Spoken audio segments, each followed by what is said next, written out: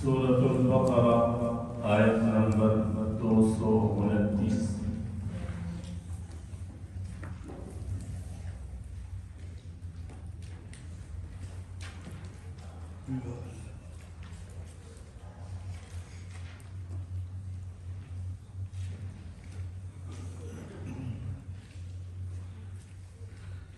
أعوذ بالله من الشيطان الرجيم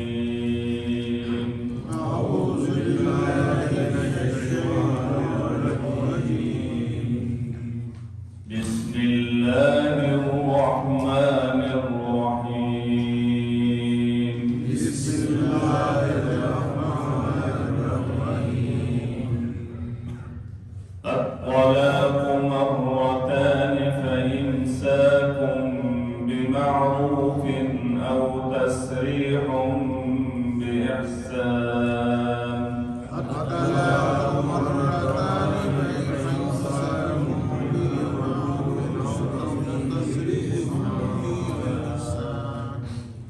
ولا يحل لكم أن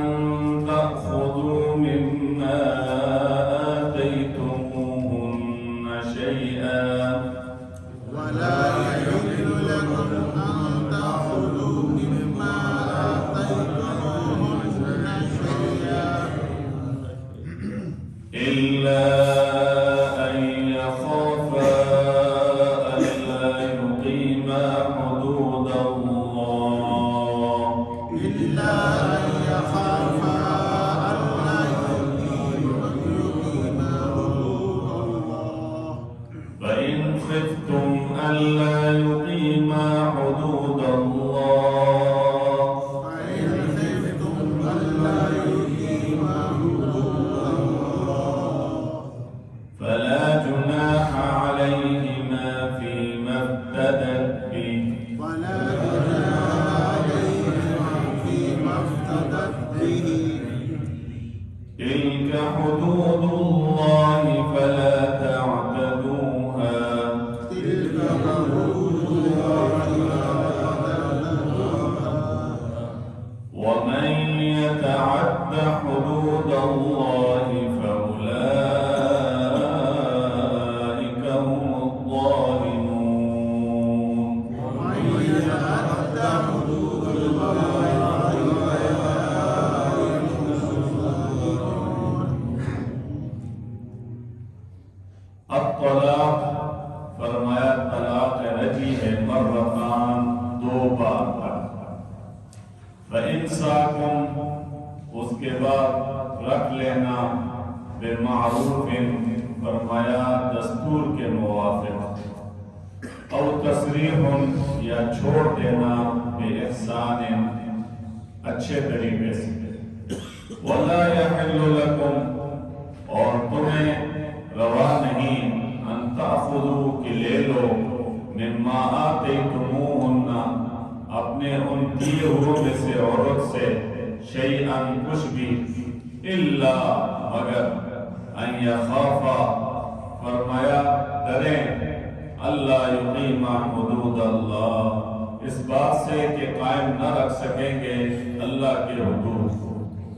فإن خفتم پھر اگر تم لوگ ڈرو اللہ یقیم حدود اللہ کہ وہ دونوں قائم نہ رکھ سکیں گے اللہ کے حدود کو فلا جناح علیہما تو کچھ گناہ نہیں دونوں پر فی مفتدت بھی اس میں کہ عورت بدلہ دے کر چھوٹ جائے تلک حدود اللہ یہ اللہ کی حدیں ہیں فلا تعتدوها ان سے آگے مت بڑھو ومن يتعد حدود اللہ اور جو کوئی بڑھ چلے اللہ کی باندھی ہوئی حدوں سے فَأُولَئِكَ هُمُ الظَّالِمُونَ سو وہ لوگ ہیں ظالم۔ اس آیت کے اندر اللہ تبارک و تعالی نے دو طلاق کا جو ہے وہ مسئلہ ذکر فرمایا اور دوسری نمبر پر خلع کا تذکرہ ہے۔ تو گویا اس سے پہلے آپ نے طلاق جو ایلا ہے کہ کوئی آدمی قسم کھا لے اس کا اور پھر اس کے بعد جو ہے وہ طلاق کا وہ مسئلہ ذکر کیا کہ طلاق جو ہے وہ قروء کے لفظ میں کیا حیض اور کیا طہر، بعض معنی جو ہے وہ حیض کے لیتے ہیں اور بعض جو ہے وہ طہر کے لیتے ہیں۔ اب یہاں سے اللہ کریم فرما رہے ہیں طلاق مرتان، طلاق رجی ہے 2 بار۔ دیکھیں نکاح جو ہے یہ تمام انبیاء علیہ السلام کی سنت ہے۔ نبی کریم صلی اللہ علیہ وسلم نے فرمایا النکاح من سنتی ومن رغب عن سنتی فلیس منی، نکاح میری سنت ہے اور جس نے میری سنت سے احرام کیا فرمایا وہ میری امت میں نہیں۔ اور پھر نبی علیہ السلام نے فرمایا النکاح من سنت الانبیاء، نکاح جو ہے تمام انبیاء کی سنت ہے، تمام انبیاء نے نکاح کیا سوائے حضرت یحییٰ علیہ السلام کے کہ انہوں نے عبادت میں مشغولیت کی وجہ سے نکاح نہیں کیا، اور اس کے علاوہ حضرت عیسیٰ علیہ السلام گویا جب تک دنیا میں تھے تو آپ نے نکاح نہیں کیا، آپ کو اللہ نے آسمان میں اٹھا دیا۔ جب آخری وقت میں آپ آئیں گے قرب قیامت کی علامت میں سے ایک یہ ہے کہ نزول عیسیٰ علیہ السلام ہوگا، آپ نکاح بھی کریں گے، آپ کے بچے بھی ہوں گے، اور پھر آپ کی موت بھی واقع ہوگی اور آپ کو روضہ اقدس میں گویا آپ کو دفنایا جائے گا۔ تو لہذا جتنے بھی انبیاء علیہ السلام آئے تمام انبیاء نے نکاح کیا، تو یہ نکاح کرنا یہ میرے اور آپ کے پیغمبر کی بھی سنت ہے اور تمام انبیاء کی بھی سنت ہے۔ لہذا نکاح سے انسان کا ایمان مکمل ہو جاتا ہے اور نکاح کرنے سے گویا انسان پاک دامن بن جاتا ہے۔ آج معاشرے کے اندر نکاح کو مشکل بنا دیا اور زنا کو جو ہے وہ آسان بنا دیا۔ مسلمان کے لیے ہونا یہ چاہیے تھا، مسلمان اور غیر مسلم میں فرق یہ ہوتا کہ مسلمان نکاح کو آسان بناتے اور زنا کو مشکل بناتے، لیکن مسلمان ہی ہیں اس ملک کے اندر اور مسلمانوں ہی نے گویا کہ زنا کو وہ آسان بنا دیا اور نکاح کو رسومات اور ادھر ادھر کے لایانی کاموں کی وجہ سے اتنا مشکل بنا دیا کہ غریب آدمی کو نکاح کرنا بھی مشکل ہے اور اپنی بیٹی جو ہے نکاح کروا کر دینا بھی محال ہو گیا۔ اس رسم کی وجہ سے گویا ہر آدمی جو ہے گویا اس رسم میں گرفتار ہو گیا۔ تو اس لیے جو لوگ جو ہے اس نکاح کو آسان بنا کر اس پر عمل کرتے ہیں ان کو نہ کوئی دقت پیش آتی ہے، نہ ان کو کوئی قرضہ لینے کی ضرورت پڑتی ہے، نہ لوگوں سے مانگنے کی ضرورت پڑتی ہے، اور جو لوگ اس کو رسم و رواج کے طور پر اور لوگوں کو دیکھا دیکھی کرتے ہیں تو پھر وہ مشکلات میں الجھ جاتے ہیں اور وہ برکات اور انوارات سے بھی محروم ہو جاتے ہیں۔ تو یہاں پر اللہ تبارک و تعالی نے طلاق کا ذکر فرمایا۔ طلاق کی 3 قسمیں ہیں، ایک ہے طلاق حسن، ایک ہے طلاق سنت اور ایک ہے طلاق بدعت۔ طلاق حسن یہ ہے کہ آدمی اپنی بیوی کو گویا کہ ان دونوں کے اندر رہنا، زندگی گزارنا محال ہو جائے تو اس صورت میں گویا وہ اپنی بیوی کو حیض آنے کے بعد جو طہر آئے اور جو باقی کے ایام ہوں اس میں صحبت نہ کی ہو، قرب نہ اختیار کیا ہو، اس میں ایک طلاق دے دے۔ ایک طلاق دینے کے بعد اب چھوڑ دے، اب جب 3 جو ہے وہ حیض گزریں گے اس صورت میں وہ اس سے فارغ ہو جائے گی، اور یہ طلاق حسن کا معنی ہے بہتر، تو یہ طلاق حسن ہے، یہ بہتر ہے۔ اب اگر اس دوران وہ رجوع کرنا چاہتا ہے تو کے اندر ہی تو پھر بھی کر سکتا ہے، اور 3 حیض گزرنے کے بعد یا 3 مہینے گزرنے کے بعد اگر پھر وہ رجوع کرنا چاہتا ہے تو نکاح کر کے پھر کر سکتا ہے۔ یہ طلاق حسن ہے۔ طلاق سنت یہ ہے کہ ایک آدمی نے یہ تہیہ کر لیا کہ اس عورت کو میں نے اب فارغ ہی کرنا ہے اور اس کو دوبارہ جو اپنے پاس بسانا نہیں، تو اس صورت میں طلاق سنت یہ ہے کہ ایک طور میں ایک طلاق دے دے، پھر جب حیض آئے دوسرا طور آئے دوسری طلاق دے دے، پھر جب حیض آئے تیسرا طور آئے تیسری طلاق دے دے۔ گویا یہ طلاق جو ہے وہ سنت ہے اور یہ نبی کریم صلی اللہ علیہ وسلم کا گویا طریقہ ہے۔ اور طلاق بدعت یہ ہے کہ ایک آدمی حیض کے دوران جو ہے ایک طلاق دے دے یا 3 طلاقیں اکٹھی دے دے، یہ عمل جو ہے یہ اللہ کو پسند نہیں ہے، نبی کریم صلی اللہ علیہ وسلم کو بھی پسند نہیں ہے۔ لیکن یہ ہے کہ طلاق واقع ہو جائے، اس کا مطلب یہ نہیں ہے کہ پسند نہیں ہے تو طلاق واقع نہیں ہوگی۔ 3 طلاقوں کا آگے جو ہے وہ تذکرہ آئے گا، لہذا یہ طلاق واقع ہو جائے گی لیکن یہ عمل پسند نہیں۔ اب یہاں اللہ کریم فرما رہے ہیں طلاق مرتان، طلاق رجی ہے مرتان 2 بار تک، گویا کہ ایک آدمی نے 2 طلاقیں دے دی اور 1 یا 2 طلاق دینے کے بعد دوبارہ رجوع کر سکتا ہے، گویا عدت کے دوران بغیر نکاح کے، اور عدت کے بعد گویا کہ وہ اثر نو نکاح کرے گا۔ لیکن طلاق مغلظہ اگر ہو جائے 1 یا 2 اور وہ کنایا الفاظ سے کہ تو اپنے ماں باپ کے گھر چلا جا یا اس طرح کے ذریعہ الفاظ، اس سے طلاق مغلظہ 1 یا 2 واقع ہو جائیں تو اس صورت میں گویا بغیر نکاح جدیدہ کے وہ رجوع نہیں کر سکتا۔ فرمایا فَإِمْسَاكُمْ بِمَعْرُوفٍ، اس کے بعد رکھ لینا دستور کے موافق، 1 یا 2 طلاق رجی کے بعد دستور کے موافق رکھ لیں جیسے شریعت کا دستور ہے، او تسریح یا چھوڑ دینا ہے بِإِحْسَان، اچھے طریقے سے، بھلے طریقے سے، گویا کہ زیادتی نہ کرے، اس پر ظلم نہ کرے، اس کو جو ہے دکھ درد نہ دے، اور گویا کہ دونوں خاندانوں کے درمیان جو ہے وہ دشمنی نہ آئے، وہ محبتیں اپنی جگہ پر رہیں، لہذا وہ زمانہ جاہلیت کی طرح نہ کرے کہ طلاق بھی نہ دے اور گویا رکھے بھی نہ، تو ایسا نہ کرے۔ وَلَا يَحِلُّ لَكُمْ، اور تمہیں روا نہیں، أَن تَأْخُذُوا کہ لے لو مِمَّا آتَيْتُمُوهُنَّ ان عورتوں کو جو تم نے دیا ہے شیئاً کچھ بھی، إِلَّا أَن يَخَافَا،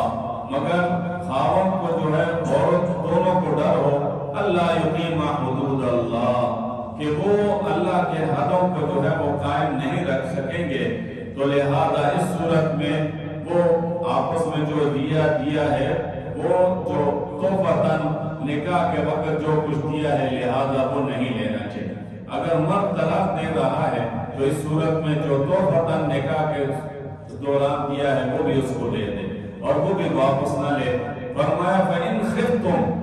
اور پھر اگر تم لوگ جو ہے ڈرو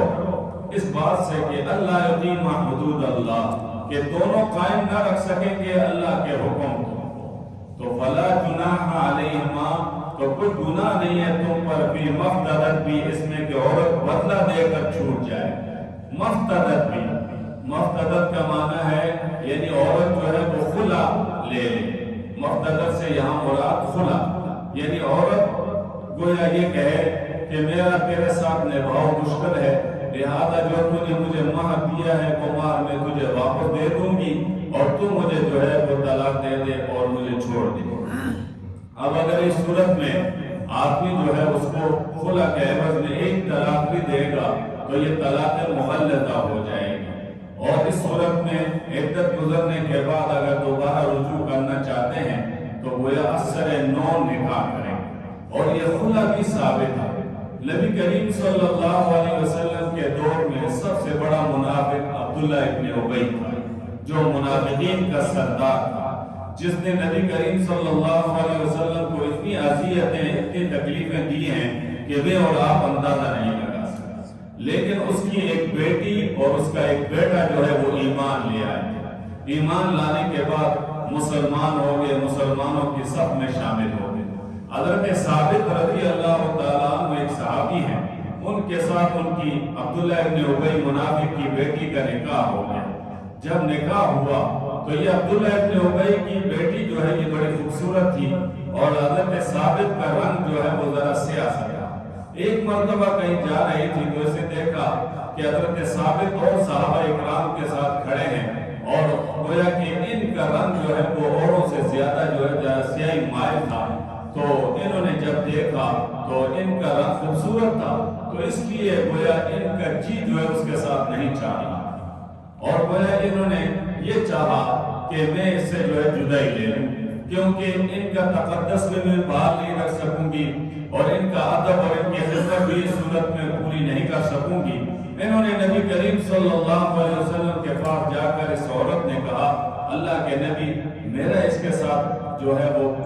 چلنا محال اور مشکل ہے، لہذا اس مشکل میں اگر میں اس کے ساتھ رہوں بھی، رفاقت بھی رکھوں تو اس کی خدمت صحیح نہیں نبھا سکوں گی، تو آپ میری اور اس کی جدائی کر دیں۔ تو آپ صلی اللہ علیہ وسلم نے گویا حکم دیا کہ آپ جو ہے کس عوض میں جو ہے جدائی چاہتے ہیں، تو انہوں نے کہا کہ انہوں نے جو مجھے مہر کے طور پر جو کچھ دیا تھا وہ میں واپس دینا چاہتی ہوں اور مجھے جو ہے وہ چھوڑ دیں۔ تو نبی کریم صلی اللہ علیہ وسلم نے اس صحابی سے فرمایا، اس صحابی نے خلا کے طور پر ان کو جو ہے وہ طلاق دے دی۔ تو اس سے معلوم یوں ہوا کہ اگر عورت جو ہے وہ کسی وجہ سے وہ تنگ آ جائے اور وہ یہ چاہے کہ مجھے اس عوض میں یا مجھے نکاح کے عوض میں جو مہر دیا ہے لہذا وہ مہر میں واپس دینا چاہتی ہوں اور مجھے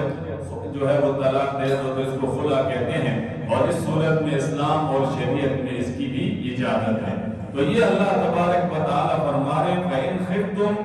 أَلَّا يُقِيمَ حُدُودَ اللَّهِ فَلَا جُنَاحَ عَلَيْهِمَا فِيمَا افْتَدَتْ بِهِ، اس میں کہ عورت بدلہ دے کر چھوٹ جائے، بدلہ دے کر چھوٹ جائے، تو یہ خلا ہے، اور خلا کی صورت میں بھی گویا کہ عورت اپنے آپ کو چھڑا سکتی ہے، اس میں بھی اسلام اور شریعت نے اجازت دی ہے، کیونکہ اس صورت میں مرد کی طرف سے کوئی زیادتی نہیں ہوتی، اور اس کے دل کے اندر جو ہے بسا اوقات ایسے بھی لڑکیوں کے دلوں میں آ جاتا ہے کہ ان کا اس گھر کے اندر رہنا محال ہو جاتا ہے، ان کا جی نہیں لگتا، اس آدمی کی طبیعت اور مزاج کے ساتھ وہ موافق نہیں آتی، تو اس صورت میں وہ جدائی چاہتی ہیں، تو لہٰذا اس صورت میں خلا کی صورت میں وہ خلا لے سکتی ہیں۔ لیکن یہ یاد رکھیں آج کل جو ہماری عدالتوں میں عورت چلے جاتی ہے اور مرد نہیں آتا، اور مرد کے بغیر حاضری کے گویا وہ عدالت کے جو ہے جج جو حکم جاری کرتا ہے، یہ حکم جو ہے یہ قابل تسلیم نہیں ہے، اور اس صورت میں یہ طلاق واقع نہیں ہوگی جب تک کہ وہ شوہر جو ہے وہ عدالت میں آ نہ جائے۔ عدالت میں آئے گا اس کے بعد جو ہے وہ اختیار دے گا، اس صورت میں طلاق ہوگی۔ بغیر شوہر کی حاضری کے جو لوگوں کو جو ہے عورتوں کو لڑکیوں کو جو ہے وہ حکم دے دیتے ہیں کہ تم اب اس سے جدا ہو، یہ صورت میں فساد ہے اور گویا یہ بگاڑ ہے، یہ عدالتیں جو ہے قرآن اور حدیث کے موافق جو ہے وہ عمل نہیں کر رہی اور یہ امت میں جو ہے بگاڑ پیدا کر رہی۔ فرمایا تلک حدود اللہ، یہ ساری کی ساری کیا ہیں؟ اللہ کی حدیں باندھی ہوئی ہیں، فلا تعتدوها، ان سے آگے مت بڑھو۔ دیکھیں شریعت نے جہاں تک اجازت دی ہے اس تک آدمی عمل کر سکتا ہے، اس سے آگے بڑھنے کی کوشش کرے گا تو یہ ظالم ٹھہرائے گا، اس لیے کہ یہ شریعت کی حد کو جو ہے پامال کرنے کی کوشش کر رہا ہے، اور مسلمان کو اس بات کی اجازت نہیں ہے کہ وہ شریعت کی حد کو جو ہے وہ پامال کرے۔ لیکن دنیا کے حدود ہیں ممالک کے، ایک ملک کا جو ہے وہ باشندہ اگر دوسرے کے حد کو جو ہے بغیر اجازت کے کراس کرتا ہے تو اس صورت میں وہ مجرم ٹھہراتا ہے۔ دنیا کی حدیں جو ہے دنیا والوں نے بنائی ہیں اور وہ مجرم ہے، اور ایک آدمی اگر اللہ کے حدود کو اگر پامال کرے تو وہ تو بڑا سب سے بڑا ظالم آدمی ٹھہرایا جائے گا۔ تو اس لیے پہلے روزے کا ذکر آیا، اس میں بھی اللہ کریم نے فرمایا کہ تم جو ہے اللہ کی حدود کو جو ہے پامال مت کرو، اور یہاں پر طلاق کا ذکر آ کر اللہ کریم فرماتے ہیں فلا تعتدوها، اس سے آگے مت بڑھو، ومن یتعد حدود اللہ، اور جو کوئی اللہ کی باندھی ہوئی حدوں سے آگے بڑھے گا فاولئک هم الظالمون، وہ لوگ کیا ہیں؟ ظالم ہیں، اس لیے کہ وہ سب سے بڑے ظالم ہیں کہ اللہ کو مان رہے ہیں، کلمہ پڑھا ہے نبی کا، اور پھر بھی جو ہے وہ ان حدود کو پامال کرنے کی کوشش کر رہے ہیں، تو یہ اسلام پر چلنے والے نہیں ہیں، اسلام کو مٹانے والے ہیں اور اسلام کو بگاڑنے والے ہیں، اور یہ سب سے بڑے ظالم ہیں، اور جن کے لیے اللہ نے ظالم کہہ دیا گویا اس سے بڑا ظالم کوئی نہیں ہو سکتا۔ اللہ کریم ہمیں ان حدود کی جو ہے وہ گویا کہ پاسداری کرنے کی توفیق نصیب فرما۔ الحمدللہ رب العالمین والعاقبۃ للمتقین والصلاة والسلام علی اشرف الانبیاء والمرسلین وعلی آلہ واصحابہ اجمعین۔ اللهم وفقنا لما تحب وترضى من القول والعمل والفعل والنية والهدي والهدى إنك على كل شيء قدير۔ اللهم أعنا على ذكرك وشكرك وحسن عبادتك۔ ربنا آتنا في الدنيا حسنة وفي وفی الآخرۃ حسنہ وقنا عذاب النار۔